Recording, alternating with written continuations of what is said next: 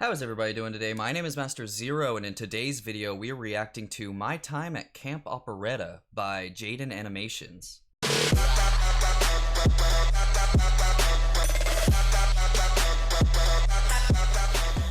Alright, so my brother actually gave me this suggestion, and I told him that there was a list, but he refused to wait, so I'm joking, he's number one priority. He was actually my very first subscriber, so I thank him so much, but he's supported me so much in my little actually it's getting there. It's getting there. I can't even say little channel anymore. It's medium-sized channel now. But he's 100% supported me through all of this, and it is amazing to have that kind of support, just constantly somebody being there.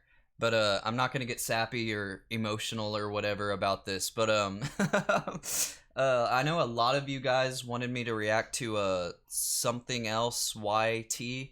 I'm pretty sure that's the name. It feels like it's not, but I will.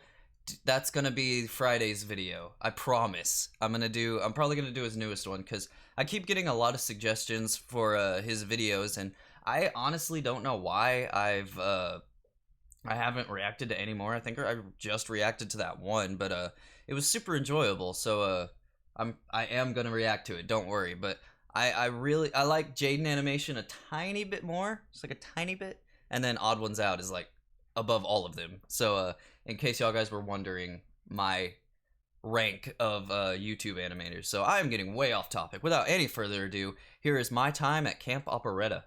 My mom put me in a lot of extracurricular activities when I was growing up, like I've mentioned before. Oh, and God. one I haven't talked about yet was the summer camp called Camp Operetta. When I was the ripe age of 8, my mom decided I wasn't enough of a versatile super child yet, and it was time for me to dip my toes into the showbiz puddle that is musical theater. I did piano and stuff, but I've never been interested in the performing arts. So when my mom asked me if I wanted to do this Camp Operetta thing during the summer, I was like, okay.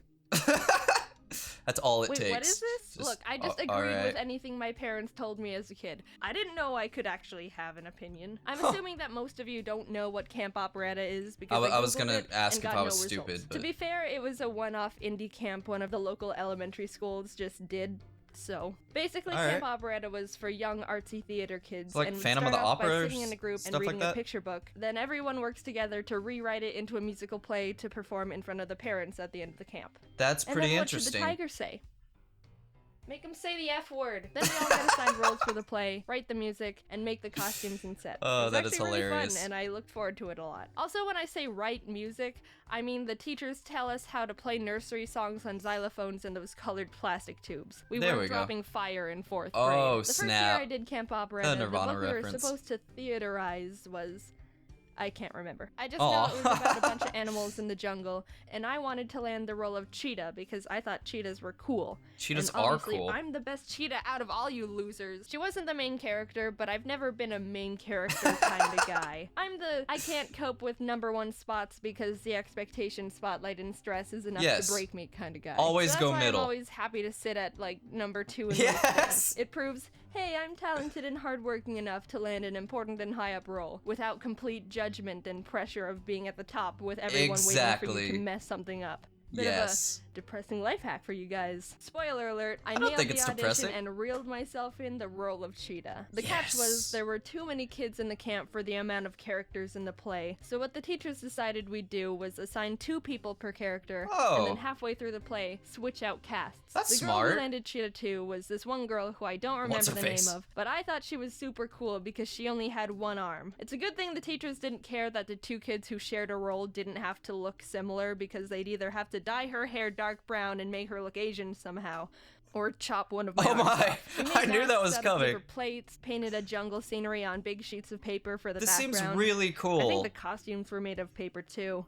Look, they didn't have much money. I remember one day I decided I wanted to bring my favorite stuffed animal to camp with me and show him off to the other kids. It was this stuffed mouse I got at a bookstore I named Raoul, spelled R-A-O-O-L-E, because that was 8-year-old me trying my best. I brought out Raoul during lunch/break time, and we all started playing with him. We stood in a big circle and tossed him hot potato style to each other, and after a few minutes of this, I went to go use the bathroom real quick. Raoul's always been really special to me because he was the first purchase I made completely on my own without my parents' permission. At the end of the school year, if you read enough books and took a little test to prove you read it, you'd get to go on a field trip to a bookstore. And I, like being the AR bookworm I testing, am, barely scraped in by reading the bare minimum amount of books to make it. In a desperate attempt to make the cut in time, I even requested a bunch of random book tests. In some miracle, I'd guess enough answers right to pass and get points for. It was pathetic, and it worked. Hell yeah, suckers! I totally earned this trip.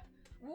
The purpose of the trip was for kids to get excited about reading and buy some books they'd read over summer break. So I walked around the bookstore, looked at the books that people were talking about, skimmed the new releases, and then bought a mouse because I don't like reading. and I was bought a really mouse. Excited about it because it I was wonder my where this was first going to. 100% own personal choice. I didn't have to go, Mommy, can I get this? I made my own decision. With their money. Since that field trip, I took Raoul everywhere, and he's always been my favorite stuffed animal and super special to me. Hey, we ripped his foot off. So in the literal 2 minutes I was gone taking a pee, the kids got so rambunctious that they ripped Raoul's foot off, and all the frickin' beans were spilling all out the gash hole. What the frick, you barbarians! I immediately put Raoul back in my bag, upside down, so no more beans spilled out. But I wasn't really that upset about it. For some sixth sense reason, while I was in the bathroom, I actually thought to myself, one of those Beanie Babies? They're gonna rip him open somehow. And they did. I was cool, and we were all able to joke about it. The beans that spilled out looked like little eggs, so we were like, oh, he's laying eggs. After camp, my mom was able to stitch him back up, too, so he's all good. Look, there he is. Doing good. Anyway, we kept working on the play, finished getting the show set up, practiced our lines, and after a couple weeks, we were ready to perform in front of the parents. And I think it went really well. I honestly don't remember anything about it, but my parents are sending videotape footage they took of it, so here's some of that.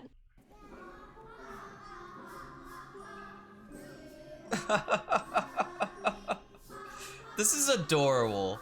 But that's not the end of Camp Operetta. I went again next year, and this time we did a play on the rainbow fish. The story of a special fish with shiny rainbow scales, and no one wanted to hang out with him because he wouldn't give them what makes him special. And the only way he felt like he could be happy was to give away his specialness to the fish that only wanted to leech off his beauty. Setting aside the controversial morals of the book, we got to work turning it into a play. There weren't as many kids this year, so we didn't need to share roles. I ended up, again, with a semi-main character. Cheetah? The seahorse. Now, hardcore rainbow fish stands are probably saying, wait, there's no seahorse in that story. And you're right. As a group of kids, we decided to completely create a new character in the story because we liked seahorses. Awesome. And that was the cohesive moral story about acceptance and loneliness.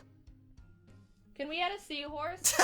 Make him say the F word. During the music learning part of the play, the teachers asked us who could play the piano because they wanted to assign someone the role of playing the Under the Sea melody from The Little Mermaid without botching it up. I, along with 3 other kids, raised our hands, and we were taken to the piano to do a little musical audition. The other kids took turns playing Mary Had a Little Lamb. This must be Twinkle, before Twinkle, copyright Little was a thing. Star, and I quickly realized I was overqualified for this part. When it was my turn to play, I sat down and played Pachelbel's Canon I memorized from my piano recital. Nice. Like a show-off. That was the one time I realized I was the Asian kid in a scenario. I got the part. The night of the play, we got into our costumes. Mine was made out of a towel with the bottom rolled up to look like a seahorse tail. I thought the costume was actually really cool, but a problem arose when I was in the middle of my final lines in the performance. I had a solo part where I was supposed to build hype for the ending of the play, then raise my arms up at the end to deliver the lines that induced the big finale. But as I was saying my lines and getting ready to raise my arms up, I realized the bracelet I was wearing was caught on one of the towel strings. I started freaking out because this was the big finishing move for my character. It said in the script, "Seahorse raises both arms, blah blah blah blah blah." This was the big moment, and it's gonna be ruined because my costume is a towel. I was wiggling my wrist in all directions and trying to get my arm free as time was ticking down quickly. Finally, I delivered the last line and could only raise up one arm. Like Cheetah 2. I remember feeling really stupid because no one raises one arm to do anything but ask to use the bathroom or be flamboyant. I felt like I ruined the big moment, but talking to my parents afterwards, they said they didn't notice, and looking back, it was probably a much bigger deal in my 9-year-old head than it actually was. I still feel like that was one of my biggest failures in life, though. See, that's exactly why I don't like main roles in anything. A prime example of self-fulfilling prophecy. And that was my time in Camp Operetta. No, I didn't do it a third year because they didn't have enough money or participants, so they had to shut it down. I told you they didn't have much money. You will be forever missed, Camp Operetta. You made my summers more fun and my Raoul's foot all janky. Who knows if I But he's still alive. That's all that matters. But either way, I'm not and it builds doing character. Any of that stuff now. I do drawings behind a screen. I mentioned it already, but just a reminder that there's still a few tickets left to see James, Tom, Ross, Aaron, and me frantically trying to draw and be funny at Scribble Showdown. They're selling that would actually be really interesting to watch. Really but alas, I have no money. to see which cities we're going to. Kind of like Camp Operetta. I'd love to see you there, and I'm excited to win every show. Thanks for watching the video. This is a warning. Don't trust anyone with your Raouls. They can and will rip their foot off. Very true. Stay away from bracelets when your shirt is a towel. Bye-bye. Bye. Alright, so as always, that was really enjoyable. I love her storytelling, and I love how far off the path she gets. Like, it was supposed to be about Camp Operetta, and then she talks about her pet rat, which it kind of makes sense because she had it in the camp, but it's so funny how it's like she's actually telling a story. Like, people that just tell you about a story, they do that. They just go off the beaten path and they just talk about something else, and then they're like, oh, and then I told you that story so I could finish this story, and then they do it all over again, and it's so amazing. Like, that's what I love about her story time. Yeah, that was really enjoyable, and I totally understand about the whole like only being able to raise one arm thing, because I was in one act play only for 1 year, but it was really enjoyable. I really should have progressed more and did it for the rest of my high school days, but that was when I was going through the depression and blah blah, and I literally quit everything. I quit band, I quit one act play, I quit everything except art. Art is always with me, but yeah, like I had to take my pants off and do a handstand, and that was fun in front of literally everybody. But it's kind of funny because the only time it actually made me nervous was when we did it in front of the town that we were at. When I did it like for competition and stuff like that, I didn't really care. But when we were in our hometown, that's when I was like, everybody's gonna see. Oh my god. And not to mention I had to do a handstand, which was fun. Like, someone was holding me, but still, it was fun. I miss those days so much. But going back to this video, see, I'm doing what she did. I'm going off the beaten path. But this video was really enjoyable. And like I said, I love her newer ones because it adds like a little bit of color here and there, and I think it like adds to her style, and it's really amazing. I love it so much. But thank you everybody so much for watching. If you like this video, feel free to leave a like down below because it makes me feel all warm and fuzzy on the inside. And don't forget to subscribe to my channel for more awesome videos like this one. So with that said, I have been Master Zero. Y'all guys have been fantastic, and I will see y'all in the next episode. Later days.